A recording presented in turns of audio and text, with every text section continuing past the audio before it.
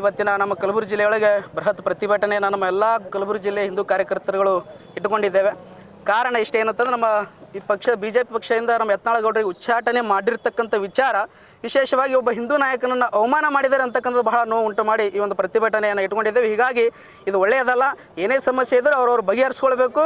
ಇದು ಸಮಾಜದೊಳಗೆ ಗೊಂದಲ ಸೃಷ್ಟಿ ಮಾಡಿ ಹಿಂದೂಗಳನ್ನು ಹೊಡೆಯುವಂತಹ ಪರಿಸ್ಥಿತಿ ಬಂದಿದೆ. ಹೀಗಾಗಿ ಸಮಸ್ಯೆ ಬಗೆಹರಿಸಿಕೊಂಡು ಆದಷ್ಟು ಬೇಗ ಒಂದು ಧರ್ಮಕ್ಕೆ ನ್ಯಾಯವನ್ನು ಒದಗಿಸ್ಕೊಡ್ಬೇಕಾಗಿ ತಮ್ಮಲ್ಲಿ ವಿನಂತಿ ಮಾಡ್ಕೊಳ್ತಾ ಇದ್ದಾರೆ. ಪಕ್ಷ ಕಟ್ತೀನಿ ಅಂತ ಇದ್ದಾರೆ.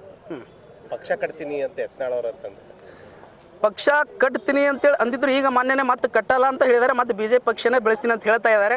ಆದರೆ ನಾನು ಒಂದೇ ಬಯಸ್ತೀನಲ್ಲ, ಅವರು BJPಯ ನಾಯಕರು ಅಂತೇಳಿ ಯಾರು ಅಂದ್ಕೊಳ್ಳಲ್ಲ. ಜಾಸ್ತಿ ಹೆಚ್ಚಿಗಾಗಿ ಹಿಂದೂ ನಾಯಕ ಅಂತಾರೆ.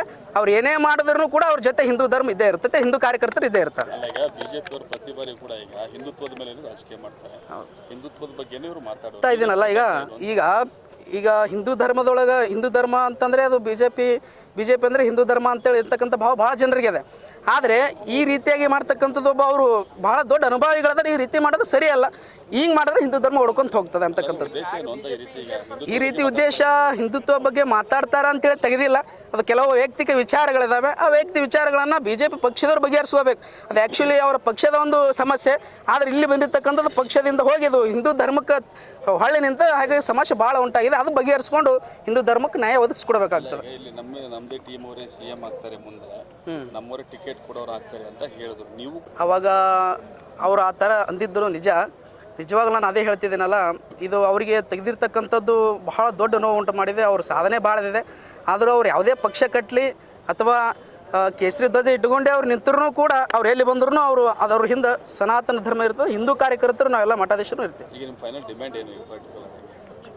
ಡಿಮ್ಯಾಂಡ್ ಏನು ಅಂತ ಇಲ್ಲಿ ಈಗೆಲ್ಲ ಕಾರ್ಯಕರ್ತರು ಹಿಂದೂ ಕಾರ್ಯಕರ್ತರು ಏನಂತಂದರೆ, ಹಿಂದೂ ನಾಯಕ ಅಂತೇಳಿ ಕರೆಸ್ಕೊಂಡಿರ್ತಕ್ಕಂಥ ಬಸವರಾಜ್ ಯತ್ನಾಳ್ ಪಾಟೀಲ್ರವರಿಗೆ ಅವಮಾನ ಭಾಳ ಮಾಡಿದ್ದಾರೆ. ಆದ್ರೆ ಮತ್ತೆ ಮರಳಿ BJP ಪಕ್ಷಕ್ಕೆ ಅವರಾಗೆ ತಗೊಂಡು ಮುಂದೆ ಅವರು ಒಂದು ಜವಾಬ್ದಾರಿ ಕೊಟ್ಟು ಹಿಂದೂ ರಕ್ಷಣೆ ಮಾಡಲಿಕ್ಕೆ ಮತ್ತೆ ಬಿಡಬೇಕು. ಮತ್ತೇನಂತಂದರೆ ಇದು ಕೇಂದ್ರದ ಎಲ್ಲ ನಾಯಕರು ಕೂಡ ಬಹಳ ಲಕ್ಷ್ಯ ಕೊಟ್ಟು ಈ ಸಮಸ್ಯೆಯನ್ನು ಬಗೆಹರಿಸಿ ಇದಕ್ಕೇನಂದ್ರೆ ಒಂದು ದಾರಿ ಮಾಡಿಕೊಡ್ಬೇಕಂತೇಳಿ